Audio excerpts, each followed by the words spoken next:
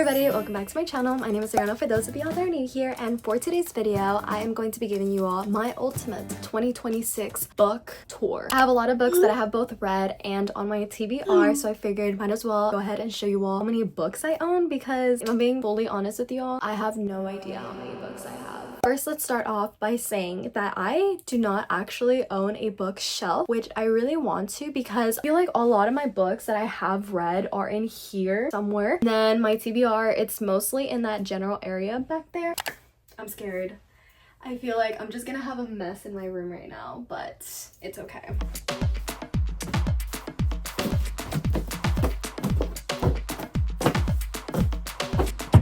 Okay, that cannot be all of the ones that I've read. 1 second.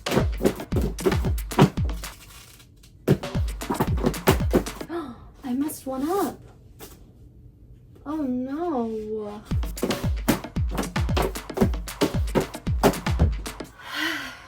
Okay, so I kind of mixed them up. There's some in here that I actually haven't read, but a good majority of these I have. Wait, I did read this one not that long ago. I'm going to actually throw all the books that I do own on the bed because I kind of want to do a little thumbnail for you all. Ooh, don't fall please. Wow. So this is a lot of books. I present to you all the books that I own. OMG. Okay, the piles have officially been separated, and this is my red pile, and then this one in the back is my to be read pile. But let's go ahead and start with my red pile. Let's start off with my acting books. I have a total of 3. I have this one, which is called The Actor's Life, A Survival Guide. I did go through this one a lot and I reread it. And then this one, I think I was writing down notes on a separate binder. I have a few poem books as well. I have the 3 books of Whiskey, Words, and a Shovel. Of course, Milk and Honey. This is actually the first poem book that I bought, and it really got me into reading poems. And then I have Homebody, also The Sun and Her Flowers, and then I do have Life Filters and Poems by Caroline Cuffman. I do have a few fiction pieces that I did read whenever I was in high school. For my AP classes, I have To Kill a Mockingbird, which is a classic by Harper Lee. I do want to get back into like literary fiction. And then I have Bless Me Ultima. And on this one, I did write a lot of notes on there, so I wouldn't forget it. I kind of just need like a refresher when it comes to literary fiction, but these were some pretty good books, I remember. I do, of course, have 3 self-help books that I have officially read. So this one is Almost Adulting. This is actually the second book that I read whenever I got back into actually reading books. This is just your typical how to adult, super simple, super easy. And then I have these 2. This one I actually read it a few years ago, maybe 2. This was a pretty good book. It's only 200 pages. And then this one I actually just finished reading it last week, called The Let Them Theory by Mel Robbins and Sawyer Robbins, which is her daughter. Especially like towards the end, I did annotate it a lot. Whenever I first pick out a book, I don't like to really know what it is about. I kind of like to be surprised as I'm reading it. But I did read some of the reviews, and some of them were saying like, oh, it's just really repetitive. And then some of them were like, no, it's the best book I've ever read. Like, if I could give it 10 out of 5 stars, I would. In my point of view, it was a really, really good self-help book. The Let Them Theory, I have been practicing it a lot, like a lot. I understand how some people could have thought that it was really, really repetitive, but it's just reiterating it in different ways and in different ways that you can apply it. Let's continue on with the rest of my books. I have In 5 Years. Believe it or not, this is the book that got me back into reading after graduating high school. Once I finished reading like the literary fiction, I was telling myself you're never gonna read again, but it became a big thing. Like, everybody was on, well, at least I got into BookTok, so I was really excited to get back into reading fun books. And this was the first book that I picked up, and I only picked it up because of the cover. Let me tell you, I finished this book within 3 days. I kid you not, and that's because I hadn't read in probably like a good 2 years. The cover's just so cute. I love the blue with the gold. Okay, so I'm gonna start off by saying, please don't cancel me, but I did buy a lot of cover books whenever I was first getting into reading. I know.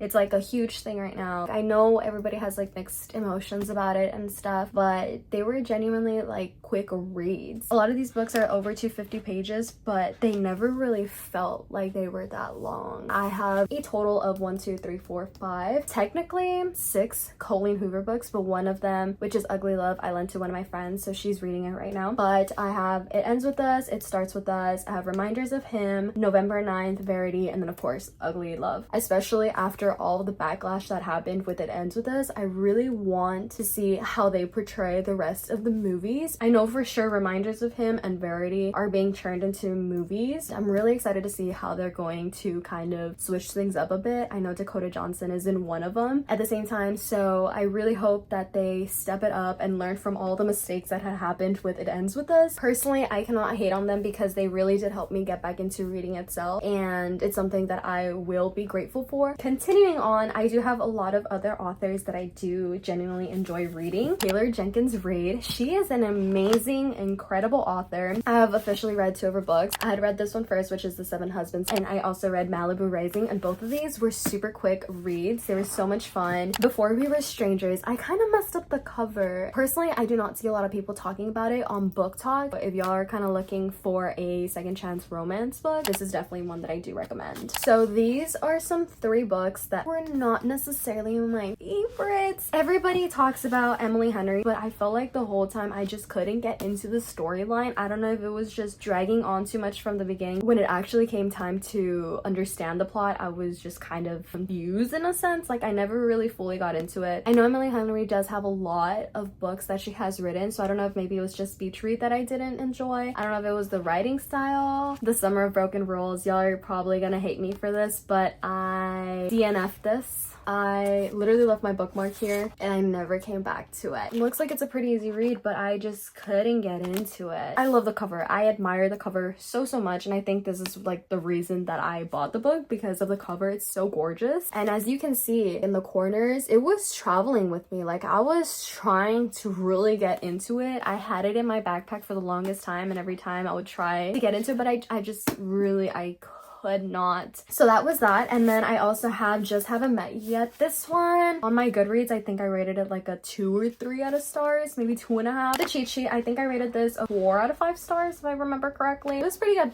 I can't even lie, it was a quick, easy read. I would definitely read it again. There was a time where I was kind of like into mysteries, so I have this one, which is The Cousins, Family First by Carey McManus, and then I also have A Good Girls. They were so much fun. They definitely did keep me interested and wanting to continue finish off the book so I can get to the end. So that is something that I do enjoy whenever books just hook you on from the very beginning. Christina Lauren, everybody raves about this book and the hype is real. It got me hooked from the very beginning, and it has alternating timelines. Penelope Douglas, this is a spicy book. Probably the longest book I read, 394 pages. There is an age gap in this book. If He Had Been With Me. These books I read fairly recent. A few months ago I posted a video and it was getting back into reading, so I was trying to read as many books as I could in a week, and these were the 3 books that I read. These 2 books are honestly so cute, and of course I rated both of these 5 out of 5 stars, so I just had to get more Carley Fortune books, which y'all will see in my TBR. So that is it on all the books that I have officially read. Let's go ahead and get into my large TBR list. Guys, these are books that I have bought like second hand and I get to read them. The first one that I have is Taking Liberty. It's the story of Oni Fudge, George Washington's runaway slave.